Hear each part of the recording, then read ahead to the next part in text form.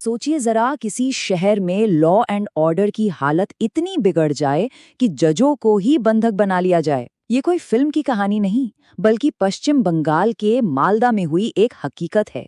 आज हम इसी चौंकाने वाली घटना, इसके बाद जो कुछ हुआ और हमारे लोकतंत्र के लिए इसके क्या मायने हैं, इसी का विश्लेषण करने वाले हैं। तो इस पूरी कहानी को बेहतर तरीके से समझने के लिए हम इसे एक एक करके परत दर परत खोलेंगे।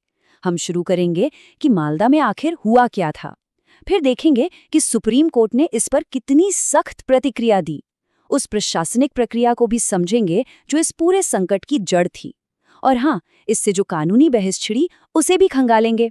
और आखिर में इसे पश्चिम बंगाल के बड़े पॉलिटिकल माहौल में लगकर देखेंगे। तो सबसे पहले मालदा में आखिर हुआ क्या था। चलिए अपने पहले हिस्से में चलते हैं और देखते हैं कि कैसे एक बिल्कुल सामान्य सा लगने वाला सरकारी काम एक हिंसक टकराव की वजह बन गया। अब इन शब्दों पे जरा गौर कीजिए।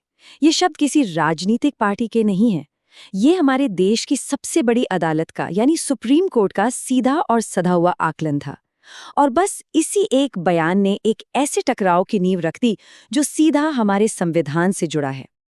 देखिए, ये जो पूरा हंगामा था, ये एक मामूली विरोध प्रदर्शन के तौर पर शुरू हुआ, लेकिन कुछ ही घंटों में ये एक बड़े संकट में तब्दील हो गया। जज जो सिर्फ अपना काम करने गए थे, उन्हें एक उग्र भीड़ ने बंधक बना लिया। ये कहानी है कि कैसे एक प्रशासनिक प्रक्रिया देखते ही देखते हाथ से निकल गई और इसने राज्य सरकार के कामकाज पर बहुत गंभीर सवाल खड़े कर दिए।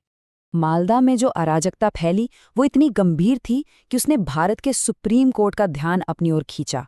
और फिर कोर्ट ने जो किया वो अपने आप में एक अभूतपूर्व और बहुत ही सख्त कदम था। देखिए, आमतौर पर अदालतें तभी एक्शन लेती हैं जब कोई उनके पास अर्जी लेकर जाता है, लेकिन इस मामले में सुप्रीम कोर्ट ने सुओ मोटो संज्ञान लिया। इसका सीधा सा मतलब है कि कोर्ट ने खुद ही दखल देने का फैसला किया, बिल्कुल वैसे जैसे कोई फायर अलार्म की आवाज सुनकर दौड़े। उन्होंने किसी के बुलाने का इंतजार नहीं किया क्योंकि खतरा बिल्कुल साफ था। अदालत ने अपनी बात कहने में कोई हिचक नहीं दिखाई। उन्होंने कानून व्यवस्था का पूरी तरह से टूटना और राज्य प्रशासन की आपराधिक विफलता जैसे बहुत सख्त शब्दों का इस्तेमाल किया। ये सिर्फ एक फटकार नहीं थी, ये एक तरह का आरोप था जो ये बता रहा था कि सिस्टम ने अपने लोगों और अपनी संस्थाओं दोनों को निराश किया है। तो सवाल ये है कि आखिर वो कौन सी प्रक्रिया थी जिस पर इतना बड़ा बवाल खड़ा हो गया? ऐसा कैसे हुआ कि एक रूटीन सरकारी काम एक हिंसक टकराव में बदल गया? आइए इस गुत्थी को सुलझाते हैं। इस सबके केंद्र में है SIR यानी स्पेशल इंटेंसिव रिवीजन। इसे आप चुनाव से पहले वोटर लिस्ट की एक साफ सफाई की तरह समझ सकते हैं। जिन लोगों की मृत्यु हो गई है या जो कहीं और शिफ्ट हो गए हैं, उनके नाम हटाना। सुनने में तो ये बिल्कुल सही लगता है, लेकिन जैसा कि हमने देखा, असल में ये एक बुरे सपने जैसा साबित हुआ। अब जरा इस संख्या पर गौर कीजिए, 8,20,000। इतने सारे लोगों के नाम अकेले मालदा जिले में जांच के दायरे में थे। ये उस जिले के आधे से भी ज्यादा वोटर्स थे। जरा सोचिए, अगर आपके मोहल्ले में हर दूसरे इंसान से कहा जाए कि उनका वोट देने का अधिकार खतरे में है, तो क्या होगा?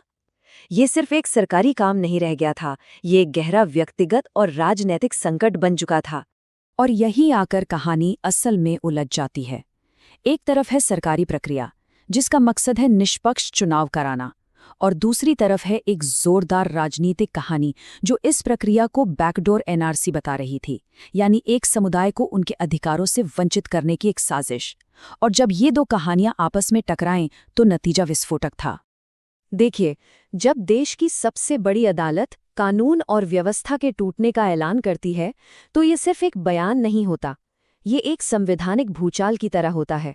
और इसने सीधे सीधे एक बहुत बड़ा सवाल खड़ा कर दिया, क्या पश्चिम बंगाल राष्ट्रपति शासन की ओर बढ़ रहा था? ये वो सवाल था जो सबके दिमाग में घूम रहा था। क्या सिर्फ एक भयानक घटना यानी जजों को बंधक बनाया जाना इतनी बड़ी वजह हो सकती है कि एक चुनी हुई सरकार को सस्पेंड कर दिया जाए और केंद्र सरकार सीधे कंट्रोल ले ले? ये सवाल हमारे देश के संघीय ढांचे की बुनियाद से जोड़ा है। अनुच्छेद 356 यानी राष्ट्रपति शासन भारतीय संविधान में एक न्यूक्लियर ऑप्शन की तरह है। ये आखिरी उपाय है जिसका इस्तेमाल तभी किया जाना चाहिए जब कोई राज्य सरकार संवैधानिक रूप से शासन करने में पूरी तरह नाकाम हो जाए। इसे हल्के में इस्तेमाल नहीं किया जा सकता। जैसा कि यहाँ साफ दिख रहा है, दोनों ही पक्षों के तर्क काफी मजबूत थे। हाँ, ये सच है कि हालात बेहद गंभीर थे, लेकिन अगर हम इतिहास देखें तो अदालतों ने राष्ट्रपति शासन लगाने के लिए एक बहुत ऊंची सीमा तय की है।